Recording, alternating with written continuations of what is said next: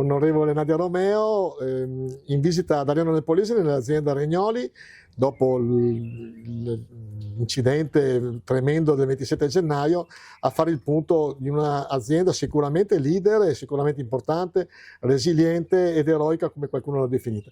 Che impressione ha avuto, onorevole? Beh, è davvero un'eccellenza per questo territorio da accompagnare, perché tanta professionalità ma anche umanità, perché insomma nonostante l'incendio insomma abbia praticamente distrutto l'azienda, la proprietà si è preoccupata dei propri dipendenti, di garantire il lavoro, di garantire lo stipendio e di ricominciare in tempi davvero record.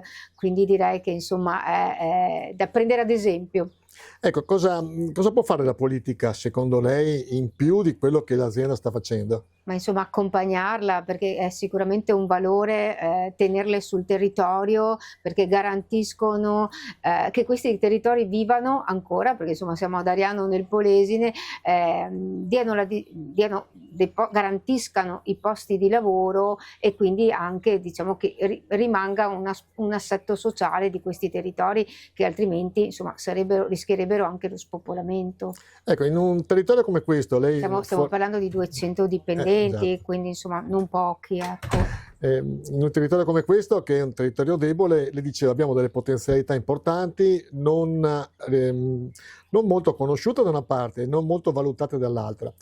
In quanto questo la politica purtroppo è carente. Può fare molto, perché dobbiamo insomma capire che dobbiamo mettere in rete tutte queste eccellenze che abbiamo e anche saper fare squadra per farle, diciamo, per dargli un valore aggiunto e per farle crescere, perché in questo territorio si può davvero crescere a differenza di altri. Ecco, tra l'altro Le potenzialità di crescita sono notevoli. Proponeva anche di creare un distretto del gusto, che qualcuno ci ha provato, però purtroppo è ancora in stand-by.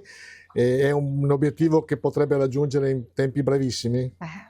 Se c'è la volontà sì, perché dal Delta all'Alto Polesine devo dire che di eccellenze ce ne sono davvero tante, altre realtà ci sono riuscite e non vedo perché il nostro territorio non ci dovrebbe riuscire.